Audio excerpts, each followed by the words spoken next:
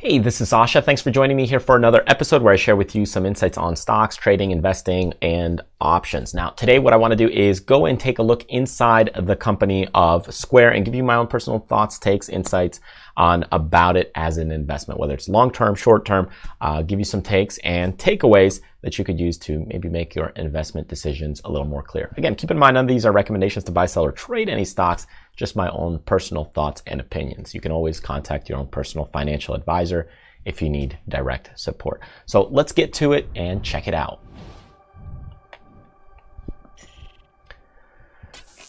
All right, so we're going to take a look at the company Square. So if you haven't heard of Square, it's basically a payment processing company. So here is the payment. So here's the logo. If you've never seen the logo, it kind of looks like this. So if you've never been to a craft sale, you should definitely check it out. Because there's a lot of craft sales like these. Here's some craft sales in Florida where a lot of business owners, especially individual business owners that have mom and pop kind of shop, they will go ahead and do a lot of checkouts or festival checkouts using Square. And it makes it very convenient using their cell phone, credit cards, and now all of a sudden you got a transaction when you show up there. In the past, you just did a lot of this by cash, and it was cash only kind of thing. But nowadays, you'll see a lot of these merchants when you're taking a walk, taking a stroll through these kinds of places, you'll be able to do checkouts through the Square system. Now, from my personal take and opinion, when I look at kind of this stock, there's a couple of things to look at, and they have a lot of hardware that you could go. Here's on the go, there's terminals. So there's a lot to the business, but before we get there, let's just kind of back up and, and take a look at it from what it's been doing, looking at the stock chart, and a little bit more. So here's kind of what's been going on with the company. The company launched its IPO around 2015 or late 2015. We kind of hung out in this area for a little bit of time, and then it had a nice explosive growth around 2017, 2018. So these were the main 2 years of growth, and then of course it was just slightly accelerated. So we had that little pullback in 2018. And 2019 has just kind of been sideways. So if you really are looking at the company, what's it been doing recently, we've just had kind of a sideways movement with the stock. And in that case, you might say, hey, I'm a little more neutral on it. And that could be the case, but it depends where you're looking at it. So if you're looking at it from a long-term perspective, right now it's been going sideways and it could be a good investment. That's kind of the long and the short of it. If you're looking at it to day trade, it's not a very volatile stock. So it's a little more tricky to day trade, and swing trade is a little bit easier because you're looking for kind of a multi-week holds. And right now we're kind of bouncing off of this 95 level, and you might want to take some profits around 85. If you're trading this with options, I would say the interesting approach when it comes to options is it does have some option premiums inside of it. So here is Square right there. You can see trading at 68.54. Of course, when you see this, the price will be a lot different because we'll probably publish this a week or two later. Not that long-term things will change that quickly. But you could see right here, the option premium, you're really only getting a bid and ask when you're looking at this. We have about $1.34, $1.37. So there's not a lot of premium there juiced into the company. So when I look at this, you could do some trading with options with it, but the premium is weak. So the approach I would take if I was doing this with some options is you could still take a long-term approach kind of with diagonals, which is very much like a covered call strategy. Think of it kind of like buying stocks and selling calls. So you could see there's your covered call kind of strategy. And if you're brand new to trading or even trading options, definitely check out the Rise #2 LEARN website and head on over to the courses and check out some option stuff there. We also have some things regarding passive dividend investing, if that's kind of what you're interested in right here with passive dividend investing. And you can learn more about that course and stocks kind of like these. So in either case, I would look at something like this as an investment for this company. Of course, you could also just do something, if you're looking at a longer term, you could do just kind of a calendar and see how it projects. You could do verticals. So something basic or directional would be fine with this. As far as premium goes, trading this for a month-to-month income, you're only getting about $1 or 30 cents here on a day-to-day expiration, and that's not really a lot of money. So I would say on a month income, it's not the best. But of course, doing something more directional, verticals, diagonals, all are fair game with this. Now, looking deeper into the company, when you start evaluating what it really does, it really is a payment company, right? So if you go to our website and you buy a kind of a course and you go through the checkout process, well, we have to pay the credit card companies, the merchant fees, to handle these transactions. They take a little processing fee because it goes through servers and all this kind of stuff. So it costs us more money as a business. But this is what Square does. So once they have the infrastructure set up, as long as they can have more and more businesses on their platform, it ends up being a great thing. And in their platform, what they have, the good thing about it is, hey, if you're a local coffee shop, you could go ahead and get something like this, like a register. And you could check people out. You could also do something like, here's a stand right here. Also about $199 or $18 a month for 12 months. Here's a Square terminal. Then on the go, this is what I tend to see a lot at, those fairs and trade shows, which we like to do with me and my wife. We go check these things out, and you'll tend to see a lot of these kinds of things when she buys, local craft things, presents for Christmas for her families and that kind of stuff. And this is another one on the go that you could kind of have. So you can see you basically go ahead and swipe the card from the cell phone, and boom, you're good to go, and the transaction is made. So there's a lot of great ways to do the processing. There's the taps. You slide your card in right there with the terminal. It just depends what your customers really want and use. And I find that there's a lot of great hardware here with Square, and that's really what makes it powerful, along with, of course, their transaction fees. So when you get into it, and you go into their payments and the payments overview, you could see there's a lot of different things you could do. Now, when you compare this, one of the big competitors, of course, to Square is PayPal. And PayPal is another big competitor. We've used PayPal actually on our website for a long, long time. And that's how we did a lot of registrations, payments. They've just been around a lot longer. But in fact, what we've been switching to is another company called Stripe. So this is all of our transactions right now on my websites are going through Stripe. Now, Stripe doesn't have the kind of tools that Square does.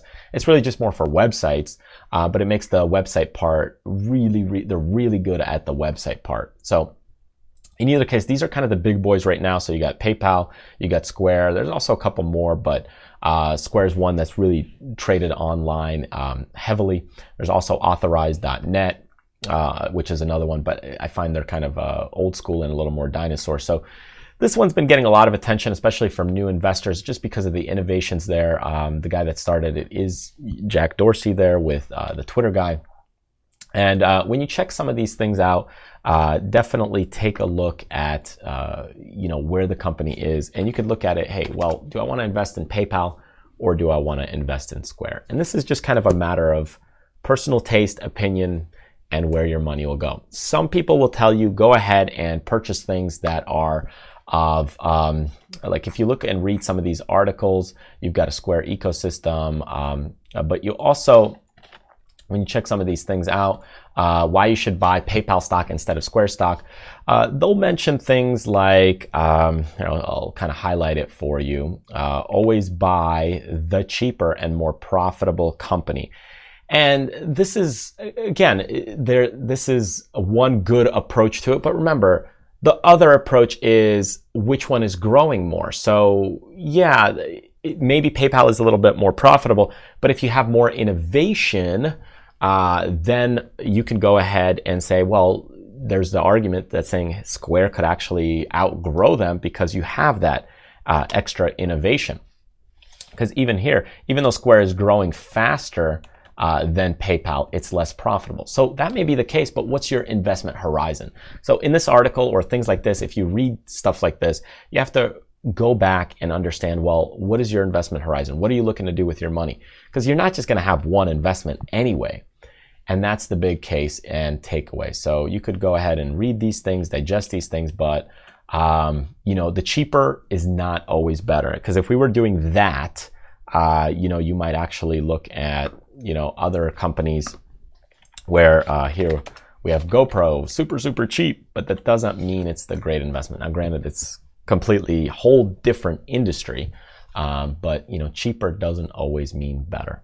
So you have to look at it. Where does it fit in my portfolio? Is it a long-term trade? Is it a short-term trade? Is it more an options trade? Is it a speculative trade? And when you look at here, Square, I would definitely say this is probably more of a long-term hold and should be more of a long-term hold if you're interested in the company. Trading it daily is a little tough. Trading it as a swing trade could be okay. If you're looking to get into this stock, here's kind of my take on it, is I would wait till it's either at lower levels here, and if you believe it's stable, this is the stable level and nice support range. Here at this range, there's a bit of resistance. So if you got in, let's say 100 shares, 500 shares, let's say you got in 100 shares here at near the bottom, or even right now, you probably want to take a little bit of profits around that $80 level just because of resistance. And if it can continue to break out and move here to the upside, then fantastic. Then this stock is looking good for higher prices. But the issue is if we can't break out of there right now, you're just moving sideways, and then your money is just kind of being held. So looking for a kind of a growth company, you're in not a bad state and not a bad position because it is kind of stable and moving sideways. So the question is can we get that breakout above here? Maybe it'll come back, bounce, and then you could get a trend upward. If you just continue to move sideways and it starts to die down, I would more than likely get out right under that 50 level, because then you got some serious problems, because this is critical support here. Even here, this was hitting some support at this level. So you can see those lows. And in that case, I would say give it time to digest until it can find its way or move sideways. And partly also because here you could see the volume is also a little bit bearish for now, but it's small. It's not anything major, because if you look at other volume like a McDonald's, this has some more serious major bearish volume, which is more of a problem, I think. So with that being said, if you're interested and you're kind of looking at also the earnings per share or kind of just the growth, here's what's been going on and what's been happening. So here I'm looking at earnings per share estimates versus actual. Let's just zoom in right here and then outline it for you. Here we had 0.14 was 2018 December, then 0.11, so a little bit dip there, and then 0.21, and now we got 0.25. So I could see the growth there is coming, with that exception of the 2019, the 330 report. But otherwise, you do see a little bit of that growth continuing. But it's not anything extreme or major at this point, but it is a little bit there. Analyst-wise, recommendations, what do they say? Somewhat of a buy, somewhat of a hold kind of. And this is because, hey, we're seeing this stock move sideways anyway. So in that case, I get it.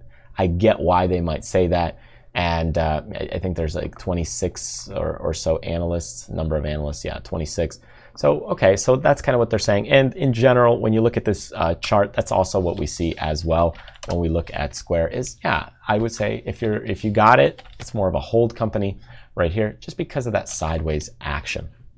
And taking a look at maybe a dividend here, there is no dividend. So if you're looking at it as a dividend play, you can't really get a long-term hold dividend. So this is why I would look for maybe more of the option strategy on this, and do something more like maybe not a calendar, but maybe more of here's kind of a diagonal. So if it moves up, and even then you could go ahead and do maybe a different kind of diagonal right here. So now all of a sudden maybe there is no dividend, but this is like a dividend substitute, because now you're making money as time continues to erode. You go ahead and make it from the option. So it's kind of like a substitute. So that's the way I would approach it if you kind of want some dividend insights. If you're interested in reading more about the company, check out that S1 on the SEC.gov site right here. This is a long document. Most people don't read these things in detail. The interesting thing for me, what I like, is if you don't know about the company, it's a good way to get an overview. But you also see one big thing is where they're looking to grow and where they're looking to shift. So here's payment and point of sale service, includes hardware, blah, blah, blah. And marketing services, our strength, our growth strategy. So this is kind of where I would look at and kind of start looking at these things. Is if you're looking at it for the long haul, where's that company going to grow from?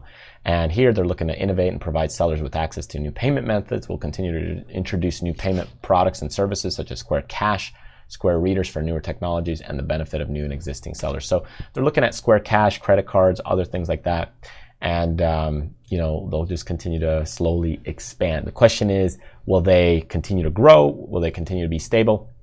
And for me, what I really like about these types of companies is when you're looking at this like a MasterCard. I know it's not the same companies, but when you look at it like a MasterCard, these companies continue to grow. They're in the financial sector. They're continuing to make money.